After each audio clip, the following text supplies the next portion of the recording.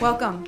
Thank you for being here today. My name is Representative Barbara Wheeler from District 64, Northern Illinois, McHenry, and Lake County.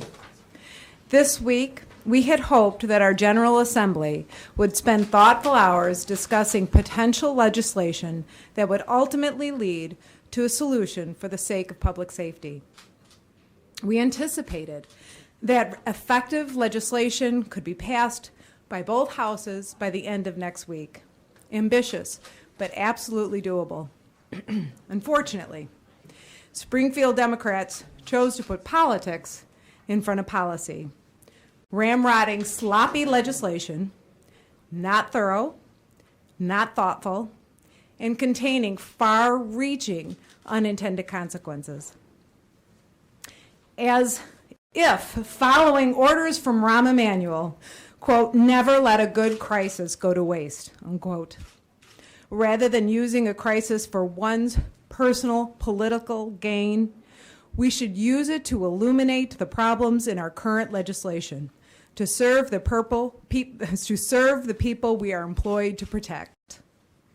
Our Republican caucus has filed gun bills that have yet to have a hearing, and I'd like to introduce Grant Worley with his bill that was filed last fall. Grant? Good morning. Thanks, Barb. I'm Grant Worley, State Representative out of Naperville and Warrenville. As Representative Wheeler indicated, we have filed common sense gun legislation and not in a reaction to a crisis. This bill was filed back in October of last year, and it is a clean, common sense bump stock ban. This bill continues to sit in rules. It has bipartisan support.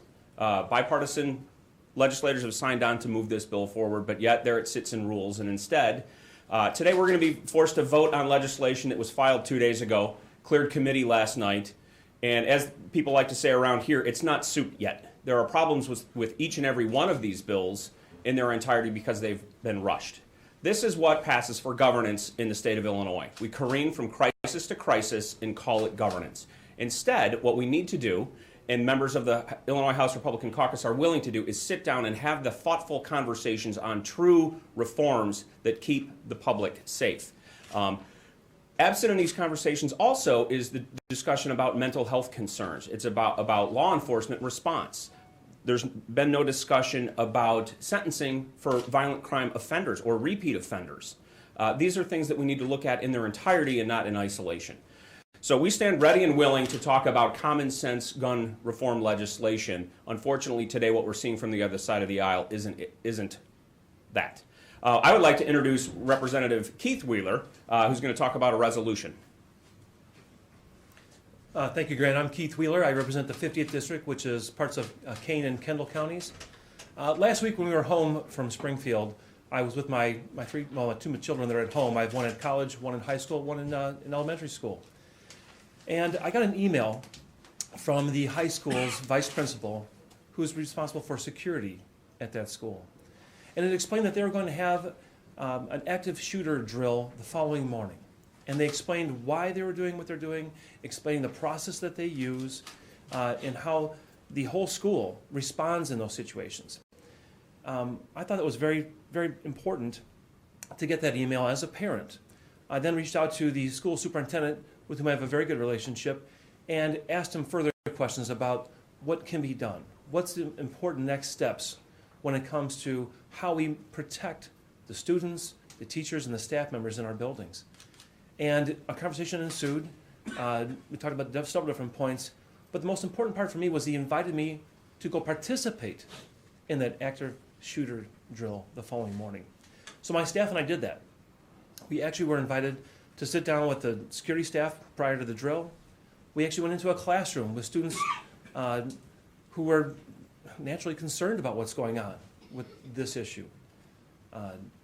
They did some announcements over the loudspeaker, explaining what was going to happen next, why we were doing it. And then, and you could just see, you could feel, really, for me, the intensity and the tension that comes with this issue for students while they're sitting in a classroom. The drill followed shortly thereafter. We were part of an ALICE program at my son's high school where, depending on where the threat is, some students actually evacuate. We were part of that group that evacuated the building. Following a few minutes of that, the superintendent and I went back in the building and walked through the hallways, which was amazingly eerie because it's the middle of a school day. The doors are all shut, they're all locked, the lights are all turned off, you can't tell where anyone is. It was very, very, I guess, enlightening for me as to what actually would happen in these situations. So discussions following the entire drill with the security staff led to the idea that not every school in our state is following these kinds of protocols, that we are not up to speed in many districts with what we could and should be doing to protect the students and the staff members and those teachers that we all care about if and when a situation like this occurs. So we filed a resolution on Friday that just encourages every school district in this state and every school in this state to update their procedures, their training for these active shooter response situations. It doesn't require anybody to do anything as far as a specific program. It just offers the program up that my school district uses, that I think is a good program. There's other ones that are also valid. But take a time right now to do that. This is all on our minds. This is something that's doable. This is something that has a real impact. And to me, this is an important first step. We skip that all the time here in Springfield. We go right to the emotional response, the reaction part of it. Let's do the doable for a moment. Let's come together on one thing, rather than just going into the divisive mode we've seen so far this week. I hope that we all take a step back at some point, realize how we can make a difference. And I also hope that all my colleagues here and every colleague of mine in both the House and Senate take the time to participate in these situations, understand first, before we take action, what needs to be done.